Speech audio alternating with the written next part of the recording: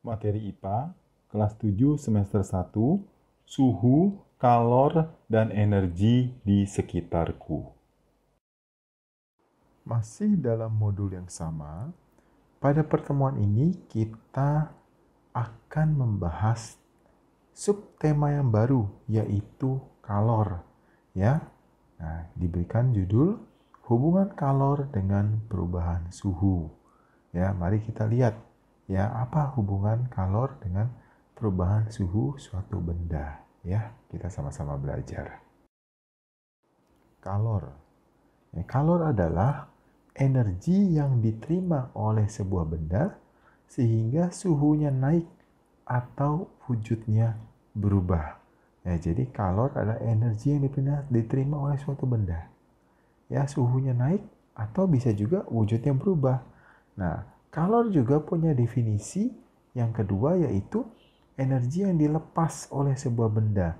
Ya, kalau ini dilepaskan bukan diterima ya. Sehingga suhunya turun ya. Kalau energi dilepas oleh sebuah benda, suhunya turun atau wujudnya juga bisa berubah. Ya. Nah, itu adalah pengertian dari kalor. Kalau energi diterima, kalau kalornya diterima oleh benda, suhunya naik ya atau wujudnya berubah. Kalau energi kalornya dilepas oleh benda, maka suhunya turun atau wujudnya berubah. Satuan kalor. Ya. Nah, kalor itu punya satuan kalori. Ya, jadi kalor itu satuannya kalori.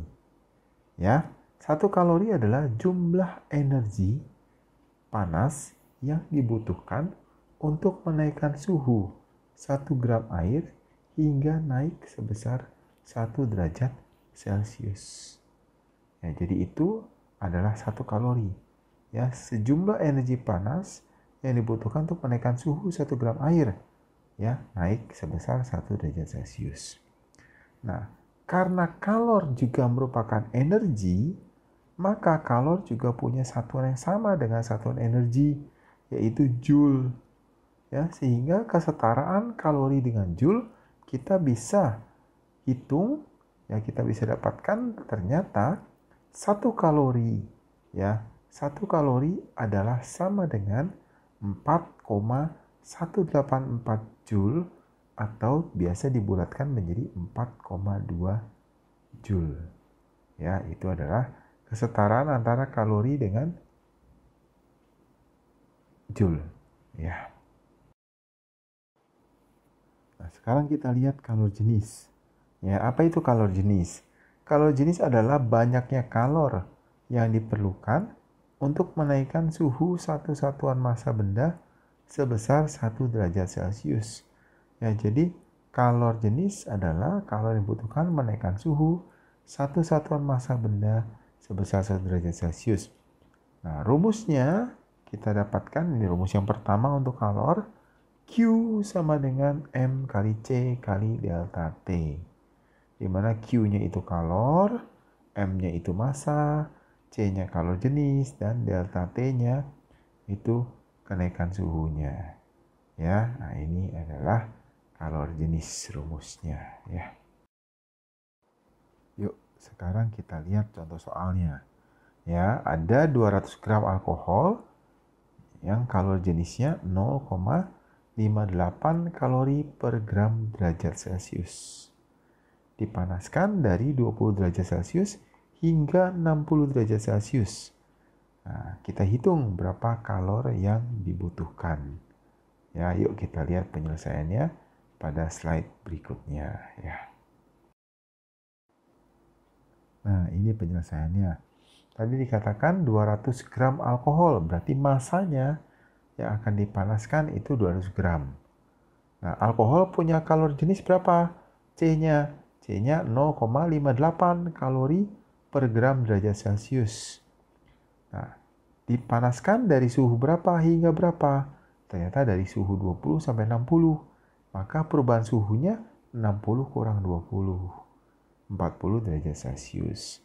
Maka berapakah kalori yang dibutuhkan? Q-nya ya. Maka Q sama dengan M kali C kali delta T.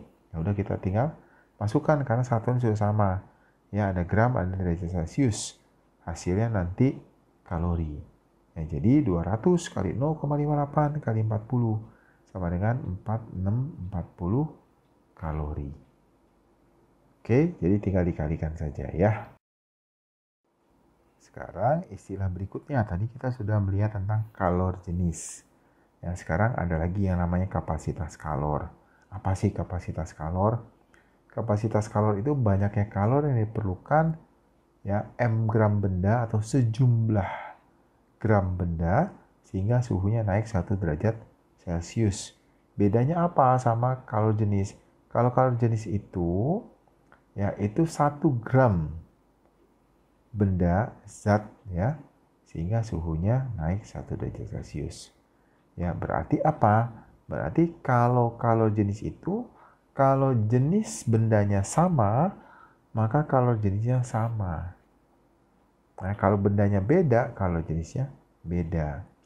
Nah, tapi kalau untuk kapasitas kalor ini lain lagi. Untuk kapasitas kalor ini, ya, yang tidak peduli bendanya sama atau tidak. Bendanya, jenis bendanya bisa sama, tapi kalau gram-gramannya beda, otomatis kapasitas kalornya berbeda. Ya, karena pengertiannya juga berbeda. Ini banyaknya kalor yang diperlukan sejumlah gram benda. Ya, jadi rumusnya Q sama dengan H kali delta T. Nah, Q-nya itu M kali C. Ya, maka perbedaannya di situ antara kalor jenis dan kapasitas kalor. Ya. Mari kita lihat contoh soalnya supaya kamu bisa lebih memahami tentang rumusan kapasitas kalor tadi. Ya. Nah, contoh soalnya besi melepaskan kalor 8280 Joule hingga suhunya turun. Nah, melepas suhunya turun. Kalau menerima kalor, suhunya naik ya. Nah, ini suhunya turun 60 derajat Celcius. Hitunglah kapasitas kalor besi tersebut. Ini jawabannya. Ya, tadi dikatakan berapa melepaskan kalornya? 8280 Joule, itu berarti Q-nya. Ya, suhunya turun berapa derajat? 60 derajat Celcius. Berarti itu delta T-nya. Yang ditanyakan berapa kapasitas kalor? Berarti H-nya yang ditanyakan. Ya, maka Q sama dengan H kali delta T. Berarti Q-nya 8280 sama dengan H kali delta T-nya 60. Ya, kali 60. Maka H-nya sama dengan 138 Joule per derajat Celcius. Ya, tinggal dibagi saja. Sekarang kita lihat perpindahan kalor. Nah, ini perhatikan. Kalor selalu berpindah dari benda yang suhunya lebih tinggi ke benda yang suhunya lebih rendah. Ya, jadi panas benda itu akan berpindah dari yang suhunya tinggi ke yang suhunya rendah. Jelas ya? Ya, karena kalor itu kan panas, maka panas akan diberikan dari benda yang suhunya lebih panas ke benda yang suhunya lebih dingin, sehingga nanti suhunya menjadi bertemu ya. Jadi suhunya nggak dingin, nggak panas juga. Nah, perpindahan kalor dari benda yang suhunya lebih rendah ke benda yang suhunya lebih tinggi itu harus dibantu dengan alat. Ya, bantu dengan alat. Contohnya lemari es, terus AC, ya. Itu ada alatnya ya, itu namanya kompresor. Ya. Oke. Yuk, kita lanjut ya. Ini asas Black. Ya, ada orang bernama Joseph Black ya. Joseph Black menyelidiki dua buah benda yang suhunya berbeda. Dia campurkan. Apa yang didapatkan oleh Joseph Black? Yang pertama, benda yang suhunya lebih tinggi memberi kalor pada benda yang suhunya lebih rendah. Sehingga suhu akhir kedua benda tersebut jadi sama. Nggak terlalu panas, nggak terlalu dingin. Ya, jadi kira-kira di tengah-tengah di antara kedua suhu tersebut. Nah, jumlah kalor yang diserap oleh benda yang dingin, jadi benda yang dingin menerima kalor, jumlahnya sama dengan jumlah kalor yang dilepaskan oleh benda yang panas. Jadi tidak ada kalor yang hilang di situ ya. Yang dilepaskan oleh benda yang panas, semuanya diserap oleh benda yang dingin. Makanya suhu akhirnya jadi sama ya. itu adalah hasil yang didapatkan oleh eksperimen yang dilakukan oleh Joseph Black. Ya. Nah, rumusannya ya, pengertiannya itu asas Black, Q yang diterima sama dengan Q yang dilepas, ya. Apa yang kita pelajari pada video pembelajaran kali ini? Yang pertama, kalor adalah suatu bentuk energi, yaitu energi panas. Ya, yang kedua, pada saat diberikan kalor, maka benda akan mengalami kenaikan suhu.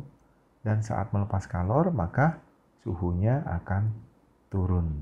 Ya, itu yang kita pelajari. Ya. Sekarang tiba pada tugas mandiri. Tugas mandiri kamu ada 2. Yang pertama adalah tuliskan 3 peristiwa dalam kehidupan sehari-hari yang berdasarkan asas Black. Jadi asas Black itu kan mencampurkan dua buah benda, yang satu suhunya tinggi, yang satu suhunya rendah. Sehingga didapatkan suhu akhir yang sama. Yaitu asas Black ya. Cari 3 peristiwa dalam kehidupan sehari-hari. Apa saja ya. Untuk tugas yang kedua, ini soal hitungan. Ya, kuningan ya, itu campuran ya, campuran logam kuningan dengan massa 5 kg dipanaskan dari suhu 10 derajat Celcius sampai 60 derajat Celcius. Bila kalor jenis kuningan 380 Joule per kilogram derajat Celcius, hitunglah energi kalor yang diperlukan dalam pemanasan tersebut. Ya, jadi dihitung ya berapa Q-nya ya, masanya diketahui, C-nya diketahui, ya delta T-nya juga sudah dikasih tahu. Ya, tinggal dihitung saja, oke? Ya, pasti kamu bisa ya. Oke, semangat kerjakan tugasnya ya, pelajari video pembelajarannya, oke? Sudah selesai kita belajar kali ini ya, kamu simak baik-baik ya video pembelajarannya, ya kamu pelajari dan kamu kerjakan tugasnya yang baik ya. Sampai jumpa di video berikutnya ya. Selamat belajar, oke?